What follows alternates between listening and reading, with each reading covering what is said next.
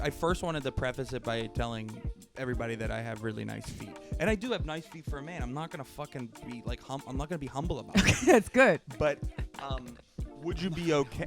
I'm not gonna apologize for my hot feet.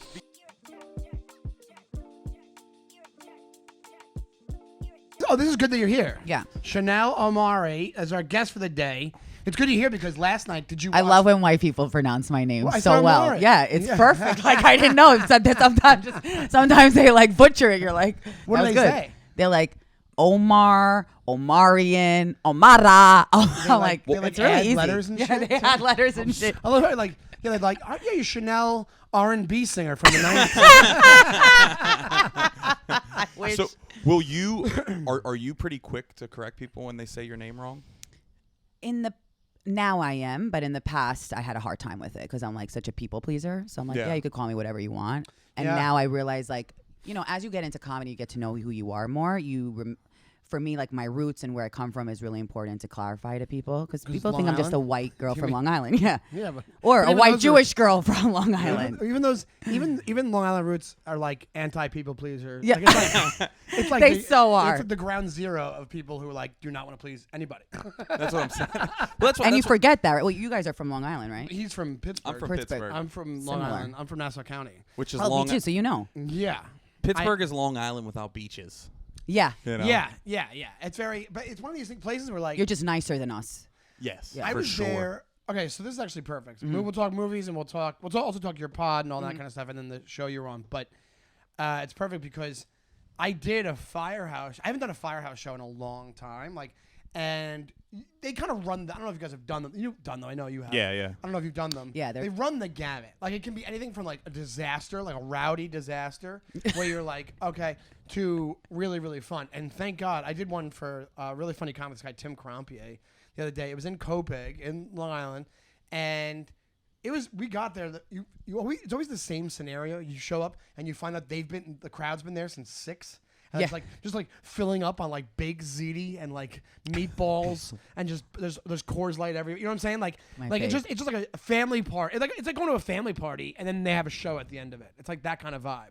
It's like going to a white trash wedding and then somebody does comedy at the end. Exactly. Until the fire drill. What happens with that? Has that ever happened? Yeah, it's happened. Like when in the middle of like half the fucking audience will leave at times. Yeah. Well, because the way that I would do it in Pennsylvania is we would go to these like towns on the outskirts of Pittsburgh, and it would be like the entire town shows up to these shows. Right.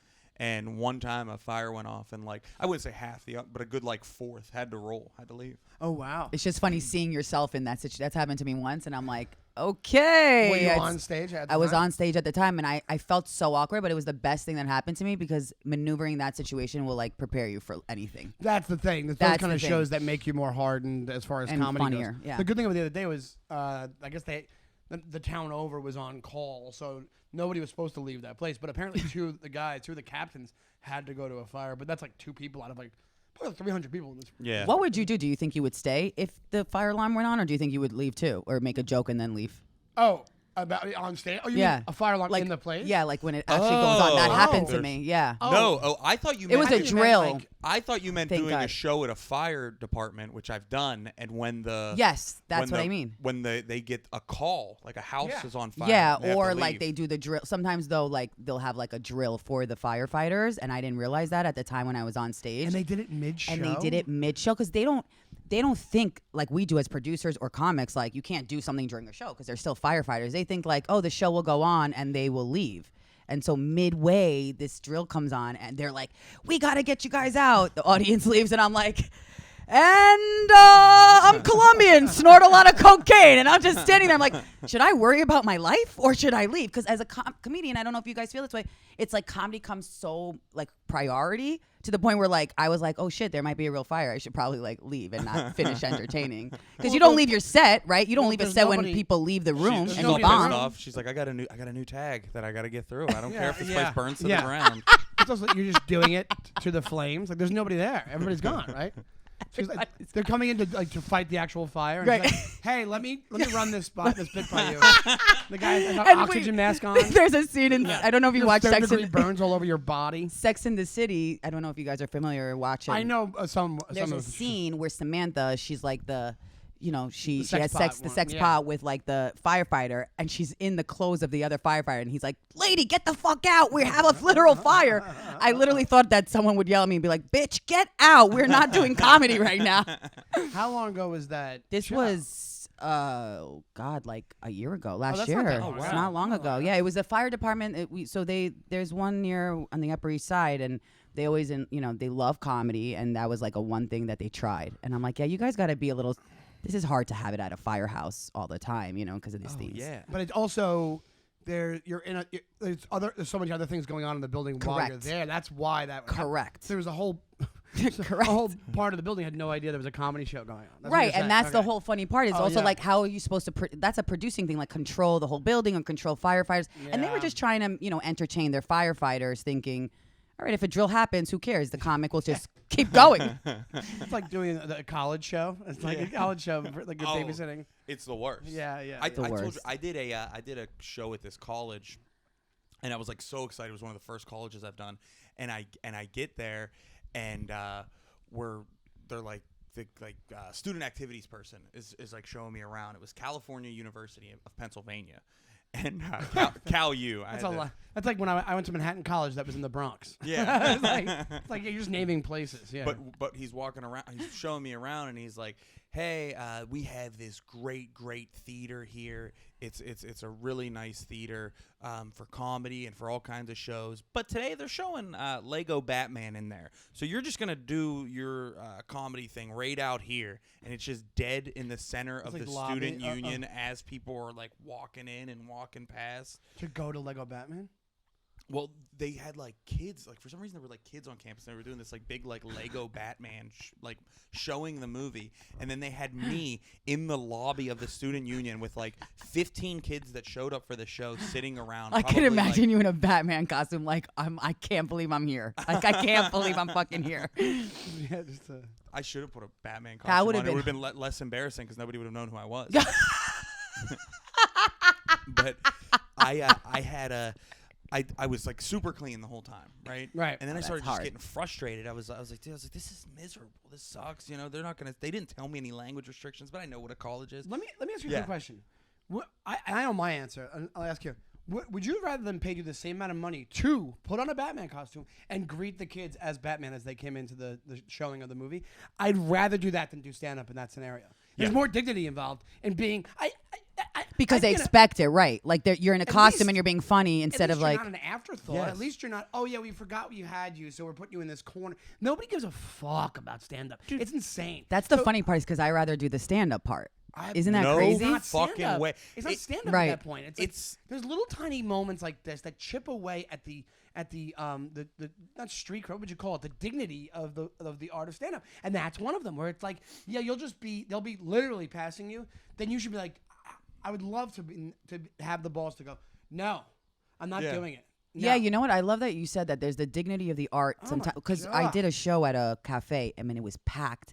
Some cafe downtown, Black Hat, Lower East Side, but it was packed and with young kids, like college kids, and those are you're right, the hardest room to do. Like my set I just did at New York Comedy Club killed right that night, and then at that club it was harder to get them to laugh. They're talking, they disrespect you, they don't care, and then you're like, you get to a point right in your career, you're like, why am I doing this? I get why you're saying you rather do the Batman costume and get paid that moment, and then just do stand up for like the Cellar or some other club that's going to take you, an audience that's going to take you seriously. College kids don't take stand up seriously. You could do the bit in the costume if you don't want to do it. In fairness, they paid me really well. Okay. To do a college. Right. That's what I mean. The money's usually good. The money's usually good. But it's also, it's like, it's 3 p.m.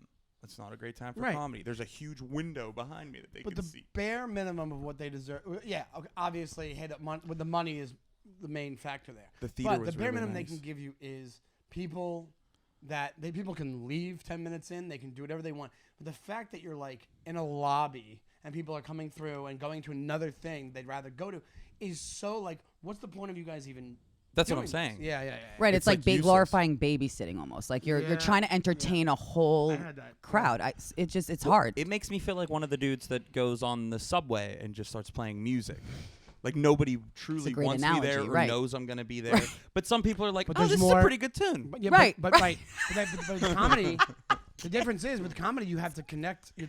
Yeah, people connect with music, but at least you're behind the thing that you're playing. Like, so even people are singing on the subway or in the subway station. It's like the performance, like you almost don't need. Yeah, you want attention, but it's like if you don't get it, it's fine. If you don't get it, it's fine. You're just kind of you can be background music when people are on their way to the train, and you know that going in at least. Sure. There's way more dignity in busking in one of those scenarios than thinking you're going to a show with an audience, and they go, we forgot we had the kids with the Lego Batman, but you're still gonna do it, but they're gonna be coming in and out while you're doing it. Like that's, I'm at the point in my life now. I'd be like, fuck you. No, I wasn't even that close. The theater was like across the student union. They made a point to tell me how nice of a theater they have for stand-up, and that I don't get to use it because I've been bumped. Yeah, by Lego Batman. That's so passive aggressive. That's a scene in a movie.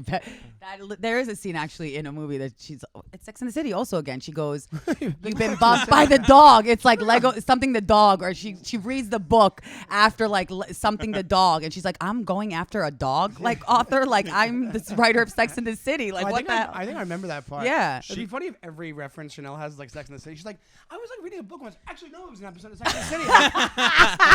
It's like I don't read yet. It's all Sex and the City. It's my Bible every day. You know.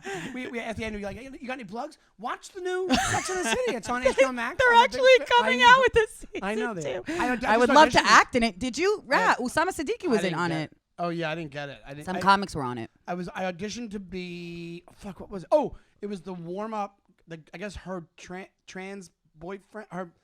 It's Che. Yeah, Che. Okay. Oh my God, that's Miranda. Yeah, Miranda is Che. Husband, boyfriend, whatever it is. Gets her own sitcom, and I auditioned to be the warm up on the sitcom. Yeah, it's so interesting. And then what happened? But first of all, getting the audition is hard enough for that show. Just so you were gonna play a warm up guy? I was gonna play warm up. That's awesome. Yeah, you would have been great at that. I've done warm up. Do they give you feedback? And he's like, I do this every day, Chanel. Like that's so funny. They're like, you're just not believable. You're like, I've done it. Like, was there was there feedback at least? Like, hey, this is the no. They never do. The tape in, and I mentioned they want you to mention the warm up experience you had in the slate of the tape or in the beginning of the tape, and I did, and I have a couple of good stories. I don't do it anymore. I despise it. It's the worst thing. I don't know if you've done it. It's like the worst thing. The warm up. Yeah, I did it for talk shows. Oh, did you? Yeah, because I was so I produced for Maury Povich and Anderson Cooper and all those daytime talk shows for a while. Did you go to Connecticut for it? I did, Stanford. Yeah. I was in the city for a while, so I was there for 4.5 years with Maury, and then the last 2 years I went to Stanford. I was a producer, and it was great. It was hard. It was hard. I was getting woken up. It's hard to do that job. Nobody realizes, like, you get woken up at 2 a.m. by baby mama drama. These people have like real problems. They call you directly at like 2 in the morning? Yeah, they have to call the producer, and like your executive producer will have your head if you don't have those kids. How much of it is real? Yeah. It's all real. The thing is, we as producers have to make that's our job. We have to make sure it's real, and that's it's like you're becoming an investigative journalist when you're not really. Yeah. But you need to be, so that's why they hire producers who have that background. I went to school for journalism originally, and you have to literally vet it out. You have to send them to the DNA testing. You have to get you have to like walk with them until they get to the show. And your job is to make sure they get on that stage and they're as authentic as possible. But let me ask you this. Don't a lot of them go into it knowing they're just going for the... Sometimes they go for the money, but they still are willing to expose their real problems for the money. Sometimes I've had calls where I'm like, oh yeah, you guys are not coming on the show. Like, this is too good to be true. How long ago did you do this? I started so I'm 38 now. My first job out of college was working as a production assistant for the Maury Show, and then I worked my way up as producer. So I was there from 21 to 25, and then I worked for Anderson Cooper and Katie Couric, Barbara Walters, ABC News, and I had a whole like background that a lot of people don't know. Wow, yeah. Oh wow! I wrote for Comedy Central. I wrote for like a lot of times because they knew I was doing comedy at the time. It was a long time ago, open mics, and I had more of a hand of it. Like, if we did the fluffy shows for Maury and Anderson, I would write the comedic jokes because out of all the producers, they knew I had the experience. Yeah, I love Maury. You do, right? He signed up for. He's 75. He signed for another 5 years. Like it's the highest rated show on television. This is my guess, and you would know. Yeah. As I was walking by, I was in Stanford. I walked by the whole. Because you performed the New York Comedy Club is right there. It's right there, yeah. And we should all go together. And I'm thinking this. Is it because the reason he does that is because they bang out every show in 2 months and he has the rest of the year off? Yeah. He has like they tape 7 days a week for like 5 months. It's like a reality show, and then or like a teacher, and then he has 6 months off basically, or 5 months off. You know, like a whole summer. I moved here 3.5 years ago, and when people come to New York, like they want to go see the Statue of Liberty. They want to go see Times Square. The first thing that I did, like touristy, is I drove up to Stanford and went to the Maury taping. That's like their signature. Yeah. It's everyone, and they feel like he's a god. Like he is a genuine person. Like one of the best people I've ever worked for in my life. Interesting. On camera, off camera, he is that sensitive. He is that smart. He is that nice. Like I would literally be in a room with him, reading his scripts to him. Like he would say, Chanel, what do we have for the day? What are the stories? And he genuinely wanted to help, but there's also limits. You know, you can't help all these people solve their problems.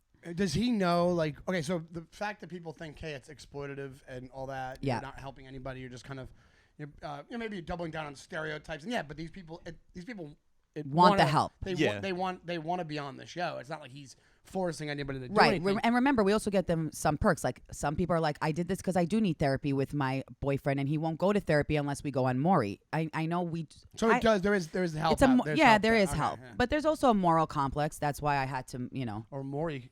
Or Maury complex.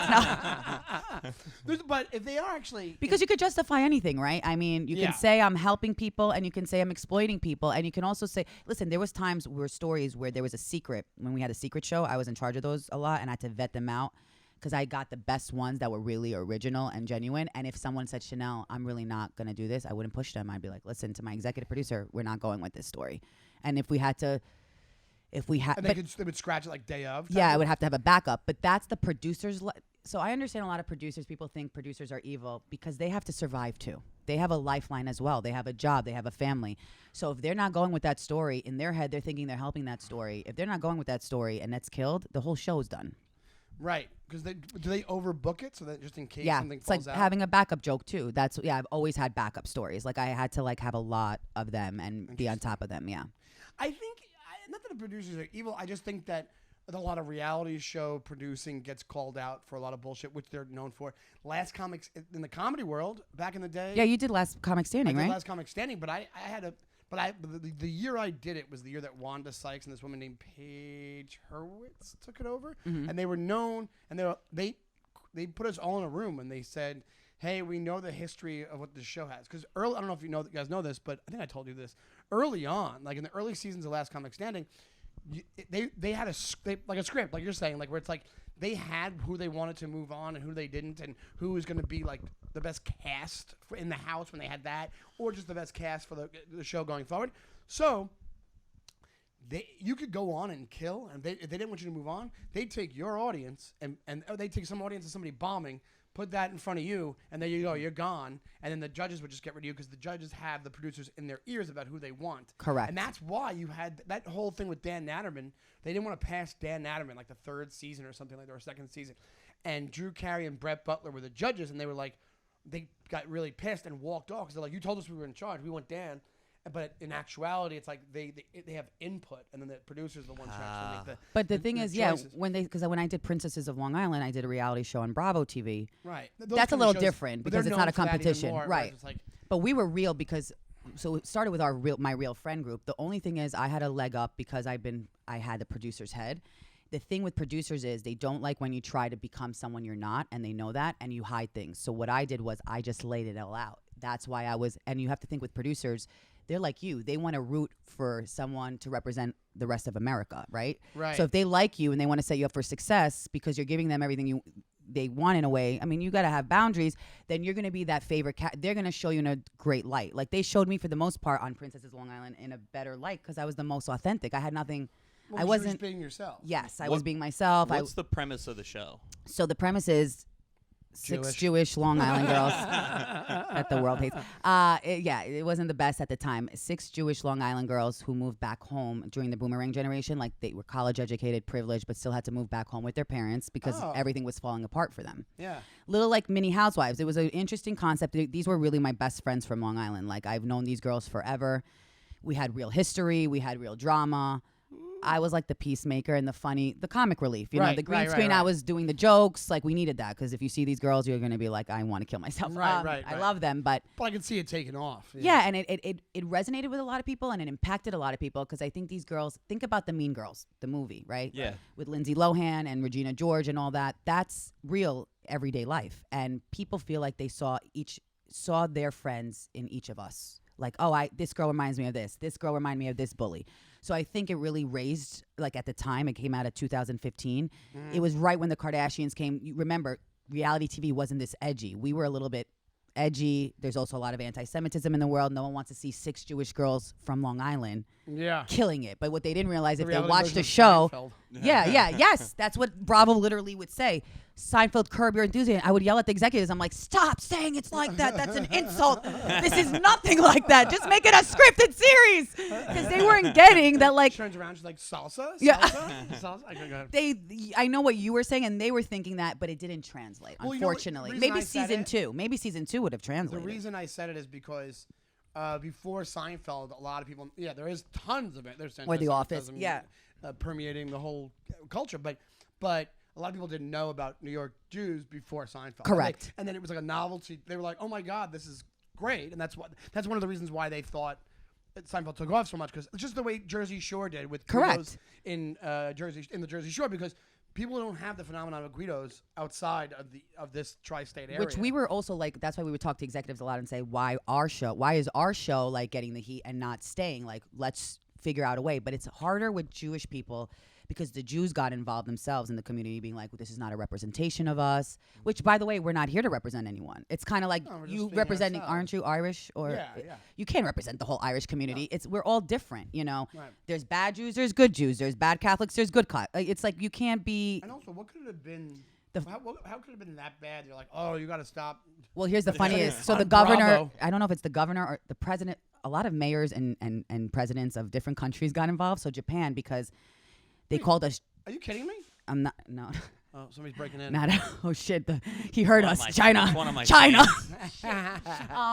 No, really, Japan. The president, or I don't know if it's the governor. They have like the guy. He got involved. I made a joke like he's probably secretly watching with popcorn, being like, "I love these Jewish girls, but they have to get off the TV." He's like, they insulted. We did a campaign, and people, it wasn't us, called us the word. I don't want to say it, JAPS. And I guess that's an insult to Japanese people. But that's an insult to Jewish people, too. Yeah, it is. Because we're not Jewish. It's By the way, calling people Jewish American princess insults Jewish people because we don't, because it was a negative connotation on Long Island. When someone would call you a Jewish American princess and use the short term of it, that insults Japanese people, too. We, as Long Islanders, girls, would get offended by that. Like, it's because it represents spoiled, rotten, entitled. That's not who we are. Yeah. Jewish American princess, and you're right, in the Old Testament, back in the day was like, you're a Jewish American princess, you have to hold yourself up and like be humble. We weren't translating any of that on reality TV. That's the problem. Like you said, they have to edit that down. They have to.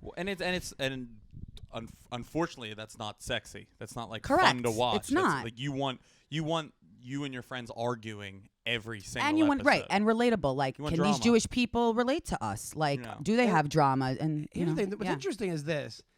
The onus is not on a reality show on Bravo. To hold the mantle of a word, because you're not. It's not like the show's called that. It's not like it's the name of the. If the name of the show is that, I'd be like, oh yeah, I get it. Japanese people are gonna be upset. But it wasn't called that. Correct. It was a scene or a thing. Like they took it too seriously. Also, like the mayor of Great Long Island, because he's Jewish too, was very upset that we weren't representing. It's a lot of this is what I call jealousy and hate from other people who just don't want to see you on TV. And that's where it took. It was in Great Neck. That's where it took. It was on Long Island. Yeah. The Nassau County. Were you part of a lot of the confrontation on the show? So no, I would say I was. Have you guys watched The Hills with Lauren Conrad or heard of it? I know about it. So she's the main. I would say I was the main character. So I was the main center, and then it was around me and my friends. So I narrated the show. I narrated all the episodes. You hear me narrate and then go into my green screen interview, and then we go into scenes. I wasn't a part of the drama because I'm not a really dramatic person in real life. I like to make peace. I like to do comedy, entertain, but I would be in the route of they would get me involved, my friends. There's actually one scene where they all fighting and they're like, Chanel, you see? And I'm like, I'm not a fucking mom. Yeah. And you guys are not in kindergarten. You better cut this shit out. Yeah. Like literally I'm like yelling at them like a mom. I'm like, why am I the comedian who us comics don't even get mad, okay? Yeah. When you get me mad, it's like, this scene is hilarious. You have to watch it. You will laugh so hard your ass off. 5 grown women yelling and fighting, and it's not even my fight. And they're like, Chanel, you see what she did to me? And I'm like, what am I part of? Dude. So stand-up is much better than this shit. You're not very confrontational. Not at all, really. Yeah. I mean, in real life, I learned to be from the show, like to set boundaries and tell people if I feel they're like bullying me or pushing me to a situation or being shady, like my castmates, I'll say something that hurts me. But for the most part, no, I like to be a lover and no fighting. I wanted them. Yeah. Part of the fight with them and me was, Chanel, stop making us all get along. Like, we don't have to all get along, you know? It's like you're... They would yell at me. Friends from back in the day. They were my best friends. So were they, like, you wanted to... All right, so you were on it, and anybody who's on these things 9 times out of 10 wants a career in show business. Correct. That's what you wanted. Was it just like a novelty for them, or they also wanted a career? They also wanted, but I think they were upset that they didn't have it as much. I was more immersed in showbiz, like... You were already behind the scenes, in front of the scenes. A lot of them also kind of like... Which is a nice, flattering thing they kind of took after... They wanted to do like stand up or producing, but you can't just do that. You have to have experience. You have to like you have to get into the bottom part of it and then go rise up. But yeah, they had showbiz dreams, but a lot of them aren't doing anything with that. It's funny because a lot of them are married and out of the show. Right. They weren't at the time, or they weren't like people would say, oh, these girls are never going to get married. They're never going to be in a relationship. Meanwhile, I was the only normal one, and I'm still single. But it's also like it's also anyway. Right. But it's also a funny scenario when you have people from like normal life that you know that like you do just think you hop in this thing and just go. Because I talked about this recently to you. It's like people from my town. I'm from like I went to high school in Garden City. I'm basically from Garden City in Long Island. Love Garden City. There's a couple people who are involved in like stand up, and it seems like they just don't want to do the work of the like one guy doesn't do it anymore. He has 3 kids and whatever, but he was a guy who like was taking every shortcut you could take. And another guy kind of went like a different route. Like, so it's like one of these things where I'm like, stand-up's really hard to do. And it's never given enough credit. Like we were talking about the college show stuff. So it's interesting to me when like you have people from like normal life that are like, oh no, you've been doing this how long? 10, 15 years? I'll just hop in and pick up where... Now I get... So you articulated... So that's my cast member. So imagine they all wanted to just pick something. If we did go further with Princesses and we became a phenomenon like they expected, these girls would piss America off because they would just take the hard work every one of us are doing and be like, I'm just going to do it because I have a platform. And I get why that can piss a lot of people off. But also, the other side of it that I always tell comics...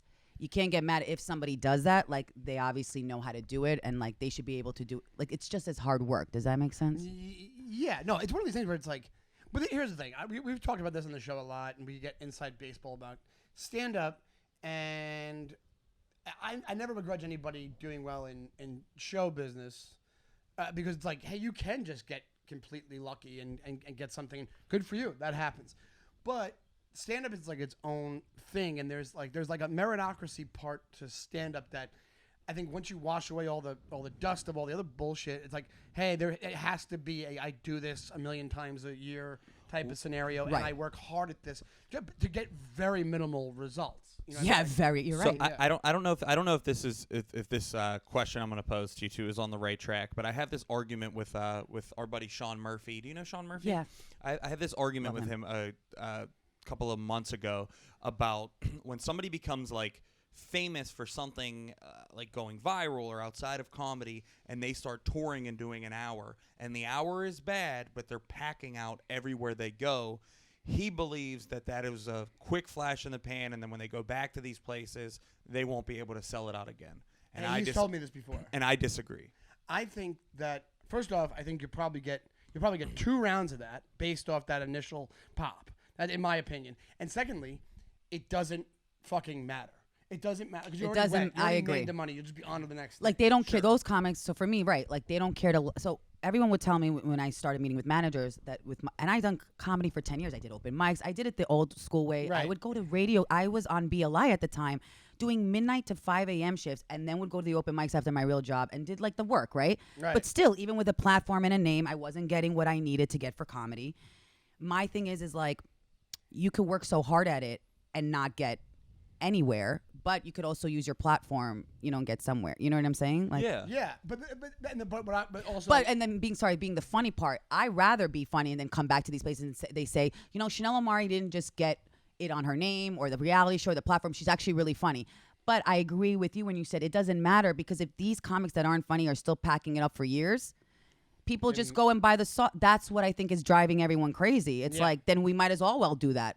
It doesn't really matter if you're funny or not, right? If people are laughing at your stuff and it's a marketing thing. I think the goal would be, you can sign like the same way that we talked about putting clips online, and we were talking before we started about that stuff, and it's like a necessary evil of the business, because everybody's like, oh my God, these freaking clips and the crowd work stuff and this and that. But that's still hard work too. So why do people, you think, take that away? That's what I'm saying. It's like but people just don't want to. You know what it is? Because people like, they don't want to. I think people who like they don't want to super saturate it because of the stand-up. Sorry, the art. You're right, because it's the art of stand-up. Like you keep bringing it back. It's the actual art of stand-up that no one's realizing how hard it is, how authentic it is. Right? Like don't saturate it with. Well, and it's just giving the people what they want. I mean, you're going to. There's a lot of people that go to these comedy clubs to see somebody because they love them from what was Vine before and TikTok, because they're just doing funny front-facing camera things, and then they get there and they don't have an act at all. Right. And I was making the point to Murphy that a lot of that audience is still satisfied. Not satisfied in the way that a fan of stand-up comedy would be going to see somebody funny. They're satisfied in the way that somebody going to Comic-Con to meet like entertained. Fucking Mark Personal Ruffalo appearance. Would be satisfied. I had an argument, right, because in general, there's a person, anonymously, who's not even been in comedy. They're not a comic. They're just in the industry for like a year, okay? Full name. What's their full name? They don't know anything, but I'm going to share this story because it was hurtful, but then I realized it's not personal. Also, always remember the source talking to you, like in people in comedy or showbiz, like they might not know everything and they might think they're an authoritative figure. It's an ego thing. Right. But I remember I was doing a set and it did really well. But, as comics, we have highs and lows. Sometimes the set's not always getting the punch or always the laugh, but like you're getting some laughs, and that's what matters. And she had said something like, I didn't understand your jokes. And these jokes are very clever, very original, very well written. They've done well in other sets, okay? I'm confident in that. But she doesn't understand, as a comic, you might have a great set at the Cellar, but then you might go to a bar show and it might just not do well. We don't control people and their minds and how they Donnelly, laugh. He always does. Not him. He always does well. But a female like me, a Jewish white girl, no, I'm kidding, might be, discriminated against. No, but that's my point, is like, so she's arguing with me about like, well, I didn't really get it. And it's like, not for you to get, like, and then she's like, well, how are you going to sell out show? And she knew my power of like my name and the princess of long, because we still have a lot of following and loyal followers because of princesses. Like Connecticut, I can sell out a show. So I sold out on somebody else's show because they knew I was on it. They're a fan. Whatever. I felt like I had to fight and prove what I am as a comic to this person. Right. When really, even if I wasn't funny and my whole set sucked, but all these girls are coming to me after the show relating to me, that's what she should understand, that really in the end matters, even though I don't want to be that kind of comic. I still want to earn it. I still want to be really funny and have that loyal audience to be like, you know what, Chanel earned it. Well, even if it can, it makes that's sense. a good attitude to have. Yeah, for sure. It's a good attitude to have, and also don't take it personal, because I could have been a hater to this girl, but like you never want to burn a bridge in this. And you know what it is also, and it ends up being. First off, what I was going to say is simultaneously those things can be worked on. Okay. If you're bringing fans in because of a show, that's good, because then what ends up happening is like, hey, I'm working at the stand-up as I go. It's a marathon job. Yeah. So, some people don't understand the idea of like some sets are good, some sets are bad. But then they're not a stand-up fan. They don't know. Stand-up, people who watch stand-up and appreciate stand-up know that eventually, at least. Or like when you're telling a story, like I've seen your stand-up, like when you're telling till you get to the punchline, not everyone's going to laugh. Of course, you're telling the story, then you do the punchline. That doesn't mean the joke wasn't funny. Just set up. It's a setup. Right. But exactly. I'm not going to sit there. I mean, would you say anything back to someone who said that to you? So that's the thing that we have to learn. Well, that is something that we talk about a lot. I mean, that's so you get it a lot too. I'm not crazy. Like this happens. Well, it's passively it's aggressively. Yes, all the okay. time. It's being like like so the whole like crux of why me and Sean started doing this show is because we both have this like need to want everybody to like us. So for me personally, I will like, even if somebody says something snide to me like that, for a long time I would just be like, oh yeah, I guess, you know, I'm not for everybody. Now I'm like, have you ever spoken to another fucking person before? Yeah. Like what are you I want to that's what I'm working in therapy. Like, can I be defensive, or no, how do I protect myself and say something kind of snarky back to show her or that person you shouldn't really talk to somebody like that, and who the fuck do you think you are, in a nice way? Assertiveness. But also on the top of that, because, you know, female comics are all about female empowerment, and I call it bullshit, because a lot of the comics say they're about that, and then women like me, they won't support, or I feel like I'm having a harder time, and I'll hype them up for whatever they're doing. Like, let's say they got promoted to something or got a spot. I'm like, yay, cheering them on. I get something and it's like, she got it because like she was dating this guy, or her breasts. Like, I get a lot of like these, or I didn't understand your jokes. I want to get gigs for my breasts. They never. I have never. I mean, you can't see them today. That's crazy. I do not get gig. I need to look like Adriana Lima, Victoria's Secret breasts, if you're gonna tell me I'm getting gigs for my breasts. Okay. I have been growing I'm calling out everybody, by the way, anonymously. So fuck all of you. Chanel, I've been growing these little titties since I was 11. I love your titties. And nobody has ever booked me like, hey, you know what? I'm sure they booked you over your blue eyes. The guy's not very funny, but he got a rack on him. I'm really excited for your thirst trap account that's going to drop.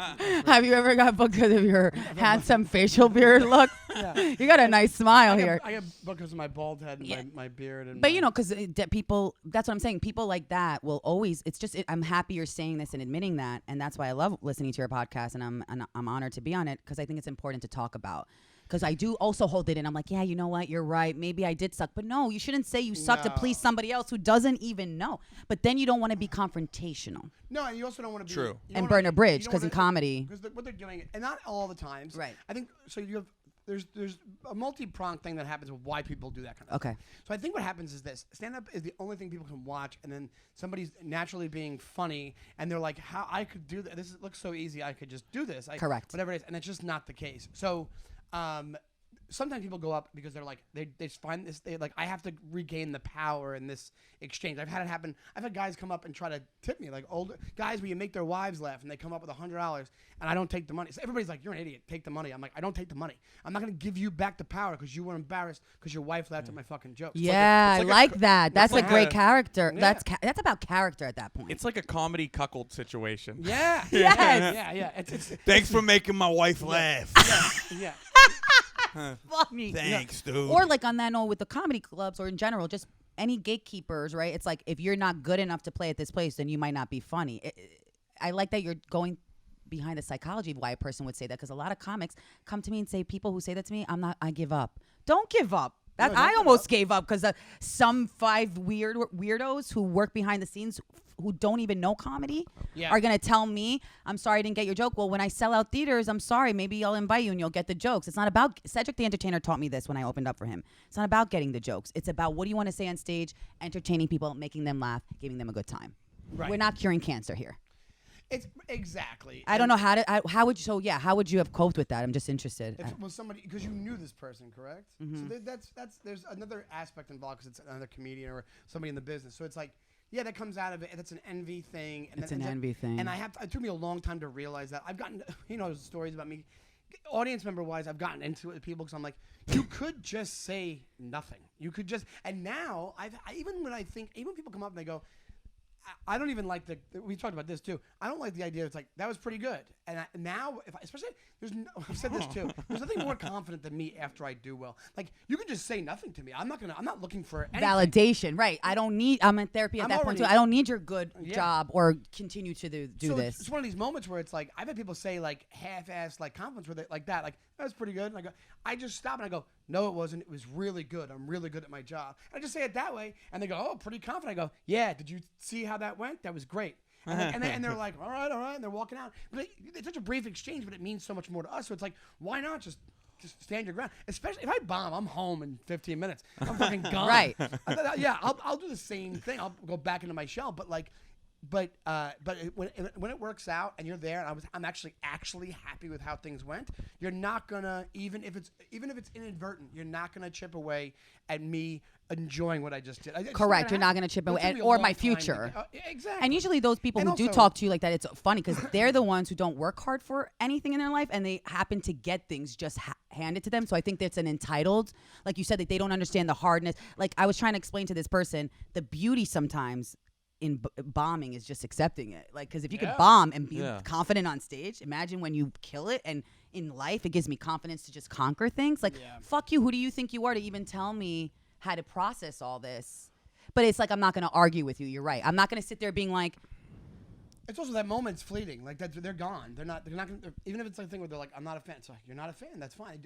But they might have power to actually get you past. That's the problem. That's a different story. When they influence other people in the industry. I'm at the point now. If you don't think I'm fun, that's fine. If you don't think I'm fun, so you don't care, right? Like you guys are at the point. If someone influences other people at clubs you want to play at or bar shows you want to play at, what would you? How do you do it? Well, my thing is that there's a lot of places to do comedy, and I have to keep telling myself mentality. this. And if it's one place that I feel is doing something unjust to me, or that I feel like it doesn't make sense how they're doing something, or again, they don't want me or they don't like me, well, fuck, I can't change who I am. Right. You know what I mean? Right. What are you supposed to do? That's inspiring. And one thing also that stuck with me, I think it was when you were at Governor's, you did a crowd work thing, and it was funny because you ended up making the person laugh because you're saying, what am I, your fucking father, that I have to school you on etiquette? It's so true. Like something around those lines. You remember that? You said it funnier. It was your joke, but it stuck to me so badly because I was doing a show there. You were headlining. Yeah. I saw it and I'm like, he's so right. Like,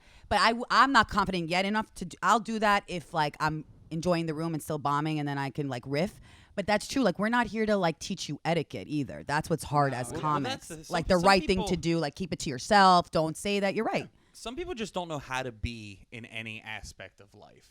They don't know like just how to act. Like there's like that etiquette thing is not just singular to people at a comedy show. Like you'll have people say shit to you in public. You're like, wow, is that really? Yeah. Like that's one of the reasons why I don't get into a lot of confrontations. Besides me being like slightly a pussy, is that I'm sometimes like shocked. Still. Like when somebody does something, you're a little better than me at like. Do you say anything back? Yeah, like do you? I'll sometimes just be like, and then leave. You mean like the passive aggressive stuff? Yes, and then I'll have the jerk store moment later where I was like, I should have fucking said this to that guy, or or punched him. Yeah, the should have, like, because when I said about this person, I was like, I should have been like, well, you don't really understand, and like put her down. But then what? Then I think I battle with myself, but I want to be a better person, and taking the higher road is harder. Yeah, I had a comic recently like say something really passive aggressive to me, and I gave him like he said it like 3 different times. He basically called me dumb, but did it in a way like he was busting chops. But I'm like, it's like the 5th time I hung out with this guy, so I let him say it 3 times in 3 different ways, and I was finally like, yeah, that's not cool. And I go, you're like a big foot in your mouth guy, aren't you? Like you don't know how to hang. Like you're a bad hanger. And then he's like, no. He tried to explain it. I go, you might be autistic. Like you might be. So you got to give it back to them, because then they'll say, a lot of people say, oh, you're dramatic. Oh, Chanel, you see the reality TV's coming out. Yeah. It's like, no, don't marry the reality TV with comedy, because I've been doing comedy longer than reality TV. That's called gaslighting. It's called gaslighting. It's called gaslighting. Exactly. At least you admit it. I do a lot of gaslighting. Yeah, a lot of it. It's interesting that you guys go through it. You do it. No, you definitely don't. Are you crazy? What do you mean gaslighting? You do tons of gaslighting. What are you nuts? That's me trying to gaslight. Isn't that the gaslighting? Are you gaslighting my gaslighting? Don't gaslight my fucking. So you really just have to give it back to them in a tongue-in-cheek. I think the point, without getting into confrontation with something. Or sometimes now I walk away from those people and I'll never let them have access to me, because I think that gets to them also the most. Yeah, that's the other thing because there's a lot of crazy people in comedy, and not even crazy, more than if they don't seem like a good person, then they've proven themselves to probably not be a great person. I do, because you're right, you still want to keep it professional. I'll do the, hey, how are you? And you just keep it moving. Keep it moving, yeah. In and out. And then you kind of just surround yourselves with, you talk to the people that you, like what was that guy? I saw the guy, Jamie Kilstein. Do you know Jamie Kilstein? I know of him. And this guy was a guy who was Mr. Progressive, and then he was very, what you would call now woke, but he was for years, he was like the alt side of things, and he had a radio show, And I remember knowing him back. He always seemed like a nice enough guy. And then he had something where he was like sending weird. Something happened. It was very light. He didn't assault anybody, but he got canceled on his progressive side of things. And then just completely flip flopped. And now he talks about how I was always this MMA Rogan guy, and I couldn't be because of the group of comics. And it's like, no, you're just a fucking worm, and you don't have any. Like, who knows who the hell you are? And then so with this guy, I saw him the other day. I go, how are you? And I kept going because. Come on, you led by example that you don't know what the fuck you're doing. Right, so you know, it's when you're confident, you don't have to like engage. And that's the thing. It's like when you said, I wish I could have said, it's the regret of, I wish I could have told this person and not say it on the podcast if the person's listening, let's say. I want to be that person in life that tells you to your face in a nice political way and explains, hey, listen, you got to cut that shit out. Whether and I don't want to be scared telling you that. So you could go back to the gatekeepers and tell them Chanel's this and this so that you get what you want. One thing I'll notice this. And the truth. I need the truth. Well, there's also a thing. I think you think people are going back and ruining stuff for you that aren't. Yeah. Oh, it happens. It happens? Oh, are you sure? I know, but that's why I think it's so weird with me because like you're right. My therapist said people are more worried about them than you. And you keep saying, but I've gotten sources. That's why I can't believe people are so not confident in their craft that they'd have to sabotage because comedy's a solo spot. Princesses of Long Island. Oh, we're bringing back a reality. We should do like a mini. 2. We should do the reunion on your podcast. Yes. I think you're the only 2 men who can handle us. Andy Cohen's like, you know what? We're giving it to these 2. But because I think we it tend feels to think that way. Things like that are going to happen, but in actuality, that's not. Because here's the thing, you think about it this way, it's like... Well, then what made us so scared that we can't talk our feelings without confrontation? That's what I don't understand how that culture developed. Oh, that's our parents. That's our parents. I think my mom gaslit me then my whole life. But everything is, in my house, it was always, you had to be nice all the time. Yeah, same. Nice, so we got raised nice, polite. Sean, okay. Sean, I don't mean to change the subject, but I did want to ask something before. I'd be remiss if I didn't ask this. I had a conversation the other day that my girlfriend was a part of, where we were talking about how much money people make off of their like feet pictures, just feet pictures on like an OnlyFans or something like that. Yeah. And I don't like to brag, but I have really nice feet for a man. And I think it's women's feet, dude. But I think flip-flop foot fetish. No, there's some men. Is there some that want men? Oh, yeah. men want men's feet. Yeah, Men, and women. Either way. Really? I mean, women that have let me foot tell you fetish? something. When a man has nice feet and a nice ass, that's a thing for us, and a nice smile. It's just so everyone out there knows. For men, we care about. For women, we care about your ass, your feet, and your smile. Well, I got the feet. He's like, I'm shit out of luck. I have one of those 3 things. Me too. I got the feet down. Smile. That's about it. Yeah, you have I a got great the feet down and usually wearing shoes. So I don't even my feet. So instead of smile, she'd be like, yeah, just walk for around. only $59.99. Yeah. Hey, asshole! Why are you wearing sandals in December? I'm like, well, I got to work today. No, I have a male friend that made $50,000 to $100,000 and a female both on their feet on OnlyFans. $100,000 a year or a month? A year. Wow. Well, And and he's straight, my friend, and I guess the guy was like gay and he wanted pictures of his feet. But if I'm not mistaken, I think the same way they were putting podcast clips online, I think you have to kind of promote yourself, even if it's within that world. I will. I would do the due diligence, Sean. I'm not. Sean's the marketing director. He's like, listen, we're gonna have to push. You're right, though. You got to push within the world. So even if you set up your own, it's like those OnlyFans girls that are on TikTok, and you're like, this girl's really cute, and then I'm like, oh, and then you're like, follow for the spicy content on I'm like, oh, okay, this is basically just an advertisement, and then I sign up for if you're 2 years straight. When you could have had fake porn, can't pay my rent. If your significant other wanted to post just feet pictures on a site like that. This is the question. Okay. Yeah, I wasn't. I first wanted to preface it by telling everybody that I have really nice feet, and I do have nice feet for a man. I'm not gonna fucking be like I'm not gonna be humble about it. That's good. But would you be okay? I'm not gonna apologize for my hot feet Because I mentioned It's a it, great bit. and Natalie was like, "No, I don't want you doing that." And then I thought Because about she's it. probably, she knows you have fucking banging feet, and she's like, I don't want other women and men jerking off to my man's you say to me, you feet. go, well, you owe me $50,000. Well, I think I would also not want her to do the feet pictures thing. If it was just feet, we're saying just feet. I'm not talking. Listen, I have nice butt, feet. boobs, or wiener. Because a lot of guys have said that, but I don't think I would. And people have pushed me like, you should do this, Chanel, for extra money, but I don't think I would do it. It's based off of the people that they have to interact with. Because then you become, it's sex work. And right. then there's people that will be like say she did it or you did it, there'd be dudes that'd be like, I'm obsessed with Ray's feet, and they would try to contact you or hunt you down, and whatever. Imagine that's why you get even more popular in your comedy career you should do it just and on the podcast. Yeah, you should just write brand new jokes on your feet and then put it online. Just do it as a social experiment. Who cares? I'm gonna promo with Challenge. my feet. Do you want to do A chat? Do you guys got to do this? I'll fucking help push it on mine. This is amazing. This is amazing. We put both of our feet next to each other because I don't have bad feet. I don't think. Maybe I do now. This is a what I've would seen you your do feet. situation. They're. I mean, they don't. Regular. I wouldn't say regular, Sean. I got like like George Costanza. Like how much do you think people will pay just to? I think people would just to pay just to be interested. What a man's good feet feet on a man look like. You know what I mean? It's a low on that because it's guys.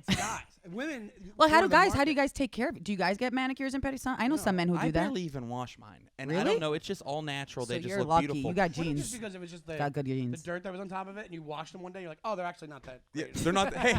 They're not that tan They either. gotta shine based on all the grease on the feet. You're like, I actually got good But feet jeans. If I shaved them and painted my nails, it would look like a woman's feet. Oh wow! That So would be then that's interesting. interesting. You can make a lot of money. You could catfish a whole Yes. bunch of people. Fat feet, catfishing, feet catfishing. Feet fish. No, I meant feet fishing. feet catfishing. But that's really true. You could really make a lot of money off that. I think. First But of all, I'd go I'm gonna- authentically. I don't want it to be weird, but after the show, where I'm looking at your feet. Of course. Okay. I'll pop these bad boys out for you. You've seen my feet before, though. I know, but I didn't think of it in a sexual way. Now I have to look at it in sexual connotation. Okay. Are you guys like feet people? Like, do you like your girls having nice feet? could Is that a care thing? less. Oh, really? A lot of men have that. I know. Well, I've said this before. But Stipulation. it's on topic. I told you I helped a friend realize he had a foot fetish. Yeah. I This is think great. we even. I'll say it quick because I think we even clipped it. Yeah. One day. My buddy goes. It's really funny. I go. Oh, he goes. I go. Oh, this girl we used to work with. I'm like, she's really hot. He goes, yeah, but her feet are all fucked up. And I'm like, who cares? And he's like, I do. And I go, wait a minute. And this guy's a germaphobe. So I go, hey, wait. If you weren't a germaphobe and she would let you fuck her feet, would you be into that? And he's like, there's nothing else on this planet I'd be more into than that. And I'm like, that's a textbook foot fetish. Textbook. That's true. But you're right. A lot of guys are into it, and that's why. Like, even you'll go into like regular porn sometimes, and they'll go into a foot section. And I'm like, oh, I don't care about this part of it. You know what I mean? Like, it's like all my exes, it's like it was weird. It's like the one compliment I'll be like, "What is the one thing you love about me or like about me?" And they'd be it's like, your feet? "My feet. I do have pretty nice feet. feet. I Yeah. do. That's one thing I could be confident about, maybe because I was assured of that my whole life, and they're pretty. I mean, they're not like exceptional. I mean, women's feet are mostly clean and nice, pretty. We yeah. take care of But ourselves. also, I can see it. Like, I get it. Attractive part of the body, but guys, like it's like the focal. I know the point is focal. feet, I would yeah. think the face, the butt. It doesn't do it. that's- Feet don't do it for me, but I don't like feet, but I don't hate feet. Do you know That's what I what I mean? mean. It's like my dad was like disgusted by people's feet. Like I would put. But that's a germaphobe. I used to put my feet on him. He must be projecting. And he would just swing at like he would just punch my feet, He had like a punch foot my phobia. legs. Yeah, this. Oh, the opposite of a foot fetish. Oh, the two ends of the spectrum. Right. Well, that's what. Yeah, he'd be rolling over in his grave if he knew that I'm about to start selling my feet pics. He'd rather you say you were gay. Imagine you frame it. You're like, Dad, this one's for you. That's if I was gay, that's how I would have to tell him. I'd be like, Dad, I'm selling pictures of my feet for money. He'd be like, you kidding me? No, I'm just kidding. Well, I I'm just guess gay. you're foot transitioning if you do the woman if you do the catfishing you're- thing. You're foot transitioning. Your foot's trans. I have trans feet. Trans feet. They won't know. For you. I'm glad. Then you can't say it's a catfish. You got to be like, well, I was trying to be my authentic self, so you're judging And me. I'm a man in And I'm a women's shoes. That's it. And feet. Wow, my bookings are about to go through the fucking roof. Here's the thing. Before we go, we have to get out of here soon. This has been a blast. I want you. You have a podcast yourself. Yeah. And also, you have a charity show coming up that I want you to talk about. So I host and run a monthly show right now at the Grizzly Pear Midtown. They just opened up their Midtown location, which is awesome, on 54th and 8th Avenue. We have it March 23rd. It's for City Harvest. So every month, all my shows, whether it's at Grizzly Pear or other venues in comedy, we raise money for the City Harvest people to end hunger in New York City. Oh, wow. So they take the money, or you can volunteer. City Harvest. NYC.org. You can donate money to them so that they have money for supplies to get these homeless people off the streets, get them shelter, get them food, and also cooked meals. Like a lot of times you volunteer, go to Whole Foods, they throw out all their really good fresh produce at the end of the day. We bag that up for the homeless people in Brooklyn, New York, all over the boroughs, so they have like a nice hot meal. And I think through comedy, you know, people want to spend money when they're laughing, and we have great comedians. Yeah, and it's an added bonus. And we'll have you guys on the show, the future shows, so that'll be great. You're mad funny. But comics do get paid because we are charity cases ourselves. Right, exactly. So yeah, really, we, you know, but well, it's a nice way to raise money and awareness. You know what I mean? There's no City Harvest in my bank account. Well, if I do it, I'm gonna donate the entire pay that I get back to the City Harvest. Stop trying to get points for your foot. What a nice Pittsburgh Dude, boy, I like am a not nice gonna- Jewish boy. Stop You getting know? customers. By the time I did that show, I'm not gonna need that fucking money. I'm gonna be so rich. You're not. off You're gonna of be these so tootsies. famous over these tootsies. You're gonna be like, here's some feet money. Go get yourself a hot meal. But you know, it's called the All Star Comedy Show. So really, we have like All Star Pro comics on that are really funny, all over New York City. And yeah, you can get tickets right now, gristlypear.com, or just go to my Instagram at Chanel Omari. And then the podcast is called Chanel in the City podcast on iHeartRadio. We cover, it's a mental health and comedy podcast, but we cover like pop culture topics. So we have like anyone from housewives to comedians to influencers to celebrities.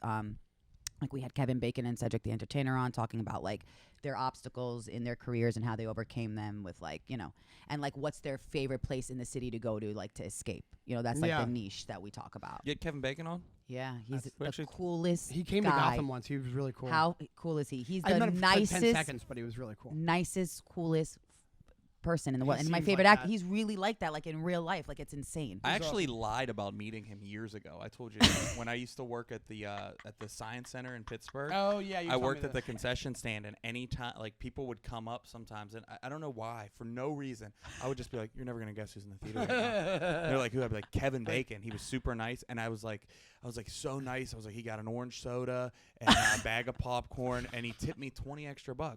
And then they're like, "Oh my God, we're gonna see if we could see him." Like people were like waiting to Kevin try to see Bacon him. Did it happen eventually though? Because once we manifest that can happen too. Yeah, No, maybe it will now. But one of my coworkers kind of knew I lied all the time to people, and he still heard the thing. He was like, "He tipped you $20?" And I was like, "No, dude, I'm fucking lying."